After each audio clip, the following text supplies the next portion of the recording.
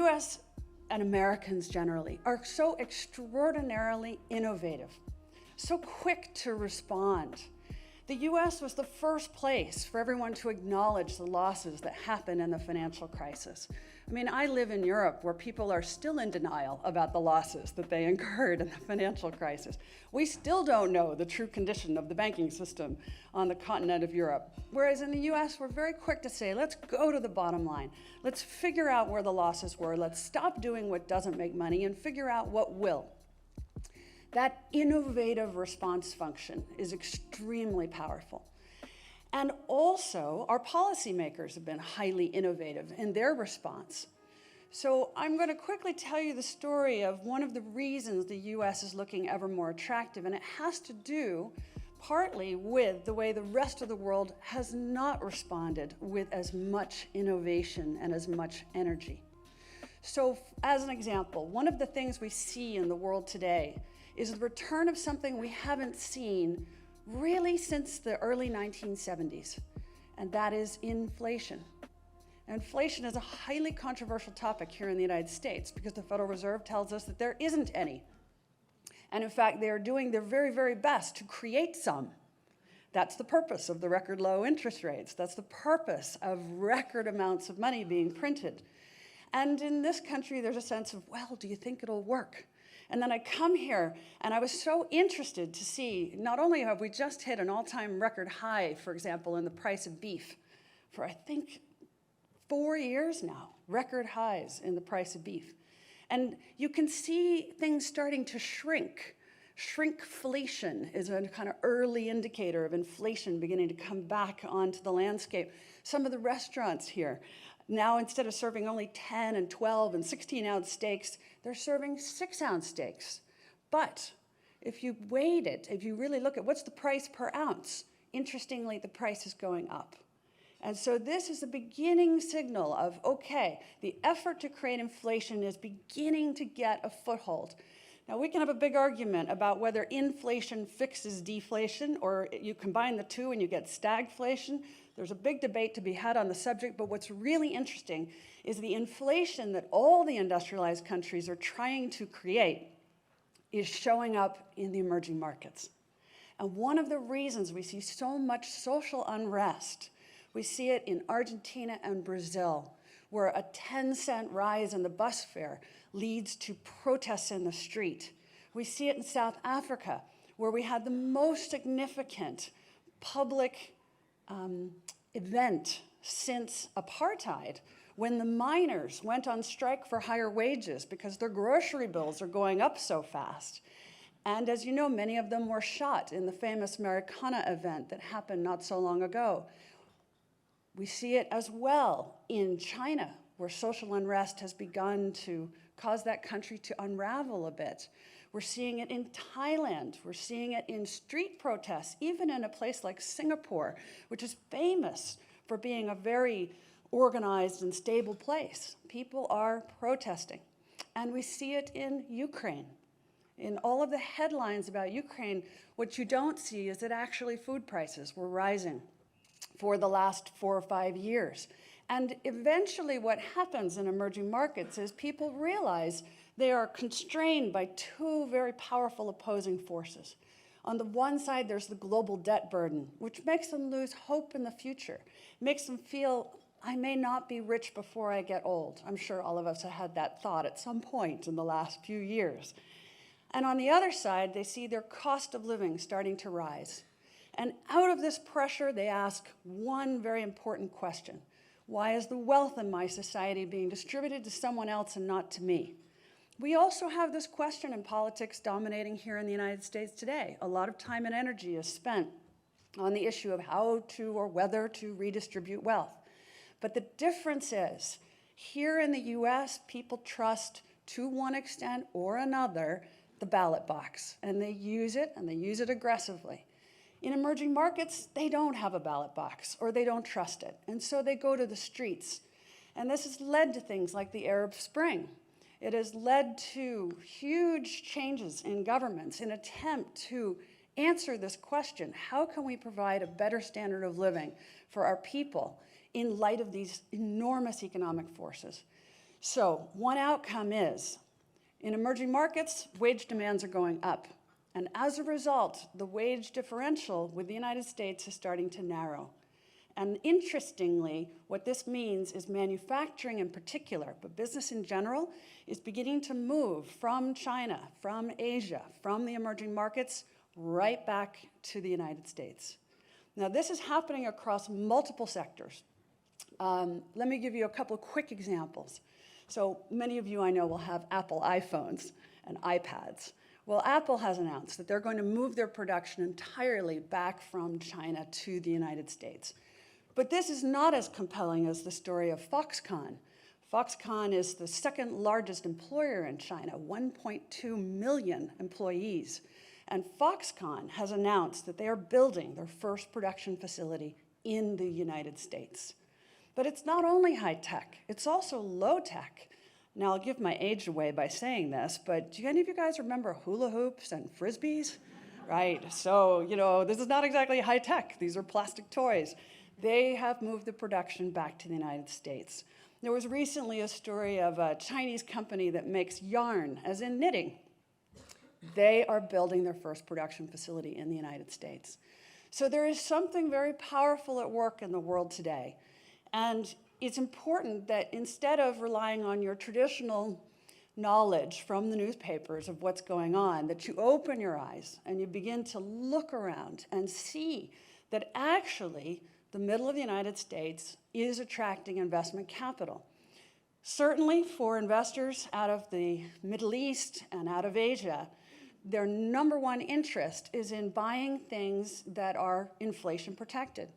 Because their view is that the US has a long history of dealing with debt in a very similar way. In fact, the Chinese would be the first to say, because they're our biggest creditor, they would be the first to say that the way you paid for the American Revolution, the way you paid for the Civil War, the way you paid for Vietnam and the Great Society program is the same way you're going to pay for this, which is you print money and you inflate. Now, it may be that the US is in such a privileged position that we are able to inflate to just the right amount, and so far it looks like that is probably the case. We're in a very, very privileged position because we can do this and people still buy our bonds. I mean, that may be the definition of a superpower, that you can actually, in a sense, default on your creditors through inflation repeatedly and they still trust you. This is important. The US is in a privileged position compared to the rest of the world. The rest of the world cannot do this. So what we see is multiple sectors attracting investment. Agribusiness is absolutely booming in terms of global investment. You've seen the largest acquisition of a US company by the Chinese, Smithfield, $4.7 billion US dollars. I think it's just the start. We're going to see more of that. We're seeing investment into all kinds of infrastructure. What's interesting is that the federal government may not be able to get its act together on the debt problem, but local and state governments have been much quicker to realize what is the bottom line problem, how do we innovate to change and repair the balance sheet, and as a result, much more infrastructure is being offered to the market, and that's exactly what the international investors want to invest in. My personal view is let them build the railway links, let them build the metro system, because they can't take it with them. You get to keep it, right? So, you have to think about if that's their interest. We see huge investment in manufacturing. This comes back to the incredible innovation. Maybe it sounds futuristic to talk about 3D printing, but I can tell you what I have seen at the cutting edge of technology and 3D printing is that it is going to revolutionize the way that things are made. And I personally fall into the camp that for every robot that you purchase, you actually create 4 new jobs. Now, it's slow to happen, and I'm not saying that the recovery in the United States in the manufacturing space is going to fix the unemployment problem in a hurry. It isn't. But you have to start somewhere. You have to start with profits first, and then employment follows, and I see more and more indication that this is what is happening as a result of people just buckling down and understanding what makes money and what doesn't make money. So I would even go further and say footwear and textiles and clothing manufacturing and all sorts of things that we had kind of written off are all returning. So this is a very encouraging sign, and it's quite fascinating to me to hear the locals here in the middle of the country not so sure, and to think, oh, well, maybe it's just natural gas fracking. Yeah, it's not just natural gas fracking. And it's partly also understanding the context in which we're operating. You know, I know as an American, Mexico obviously is another country. But in one sense, it's another state of the United States. It's so deeply integrated into our economy. And the fact is, the new leadership in Mexico have announced that they're permitting foreign direct investment into the oil sector for the first time ever. They're going to be building new refineries in Mexico, which will make all the crude that comes out of the Gulf accessible to the world again. So it's not just a fracking story. It's also a general energy story. It's also about the distribution networks for energy. As people look around the world, they say, well, where would I like to invest in the building of energy infrastructure? And the answer is, if I can be in a country that has rule of law, when everywhere else is seeing the kind of social unrest that makes you uneasy about deploying your capital, if I can put my money to work in a country where people are genuinely innovative and quick to respond to economic signals, why would I put it in an emerging market when I can put it where it's actually required? Now, I don't know about you guys, but I think that here in the US, we could do with some upgrading of our infrastructure and energy delivery capability, and there should be a lot of money to be made in that.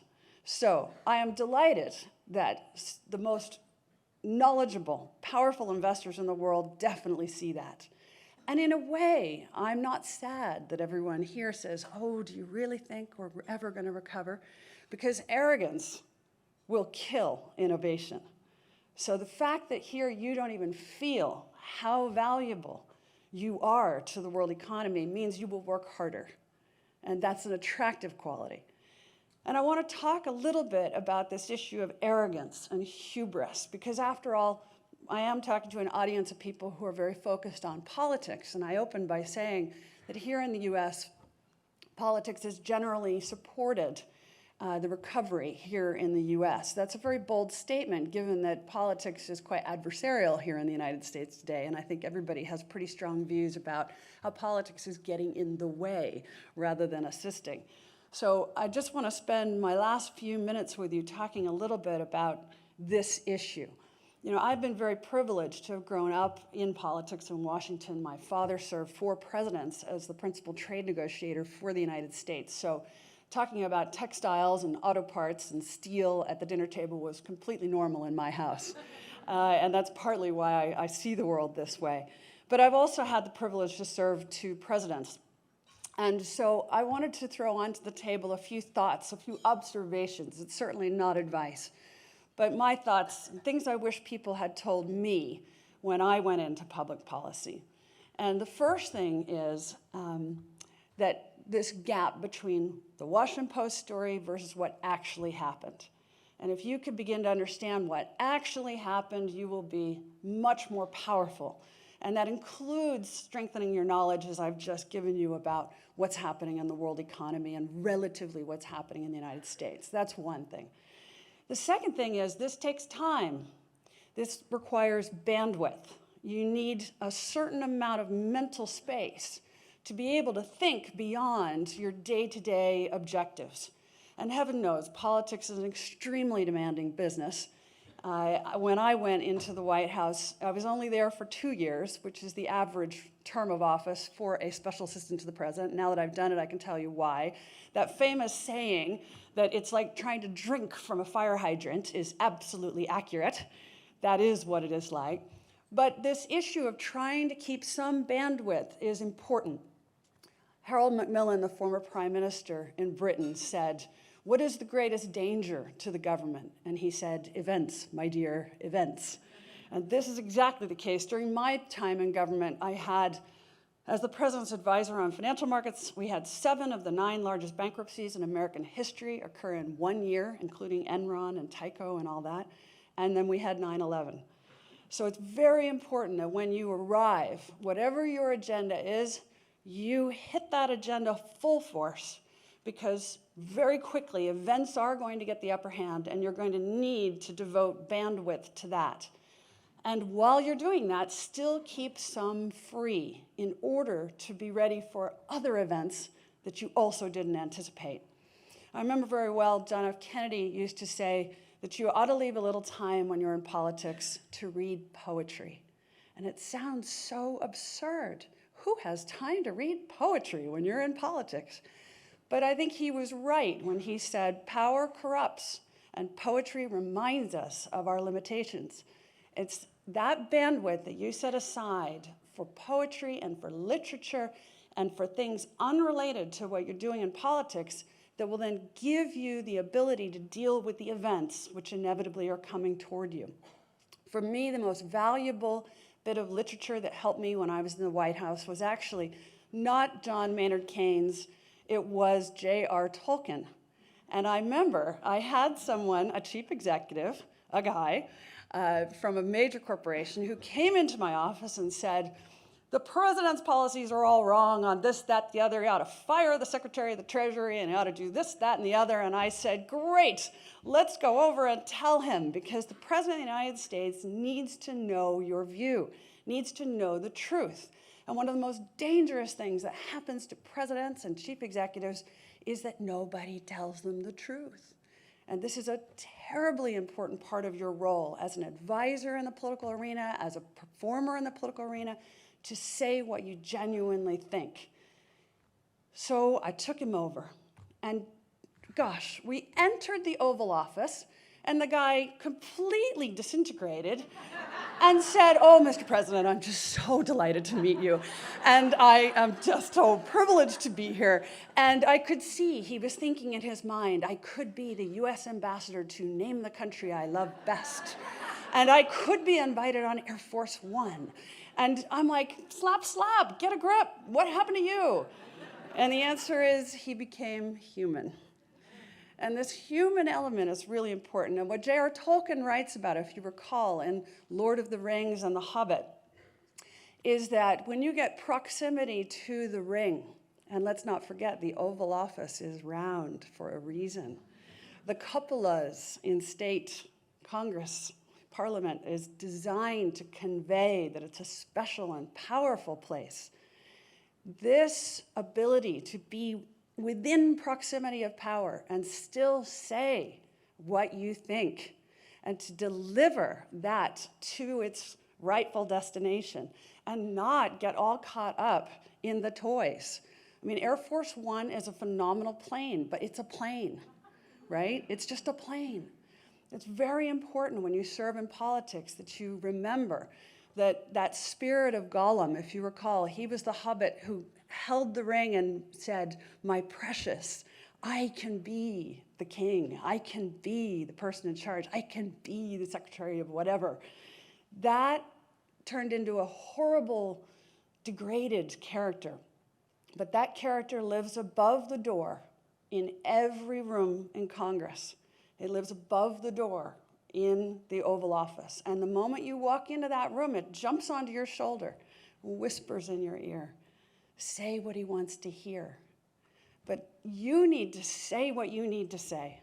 And I think this is the most important thing. And that's why I say it sounds ridiculous to say leave some bandwidth as you enter public policy. Don't allow the political schedule to get the upper hand on you all the time. Leave a little room for that poetry, that literature, that humanity, because you're going to need it when everything hits the fan, which it's going to, because that's what happens in politics.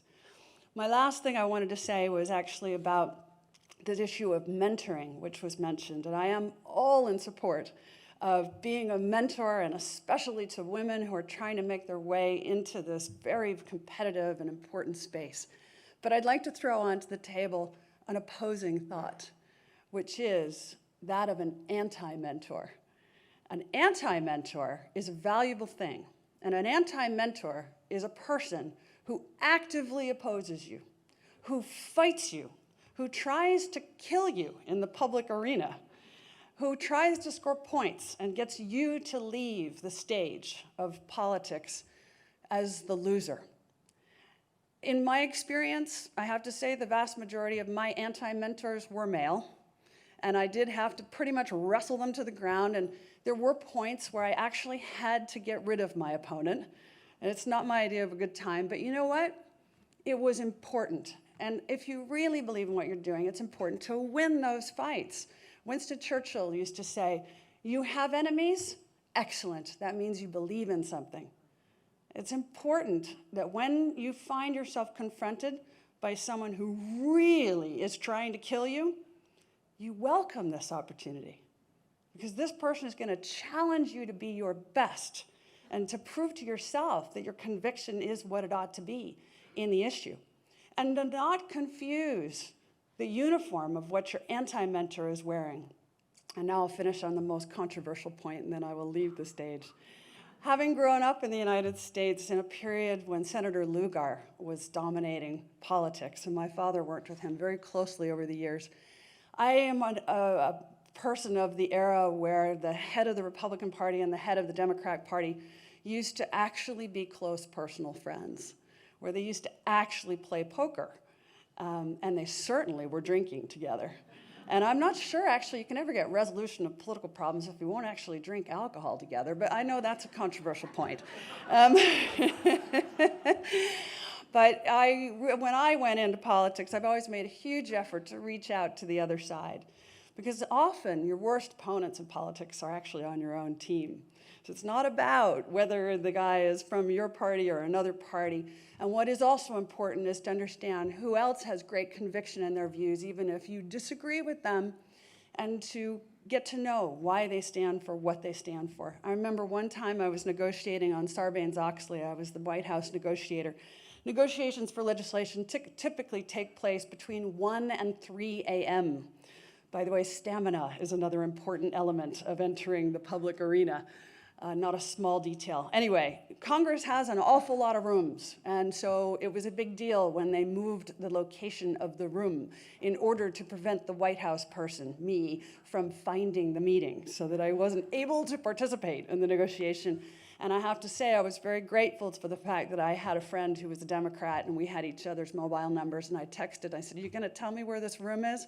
And because they felt it wouldn't be right to pass legislation without the White House negotiator in the room, I got the new room number. So that's a different element, but not to confuse, who is your anti-mentor opponent. It's not just about which side of the political aisle. It's really about who's going to test the degree of conviction that you have. So with that, I will bring this to a close and say it's just such a privilege to have this opportunity to talk particularly to Lugar Series participants and graduates who have decided early in life to go down this incredibly challenging road and to bring their talent and their skill and their knowledge. And I hope that as you enter that arena, you will remain broad-minded and open-minded, absorbing information that is not exactly what the newspaper says, but something that's genuine and original that you can have faith in, and that then you pursue your convictions with your greatest energy. And when someone opposes you, you say, oh, good, let's go. Let's have a fight, because I can win. So I will finish with that. Thank you so much for this, and good luck to everyone who is graduating this year. Thank you.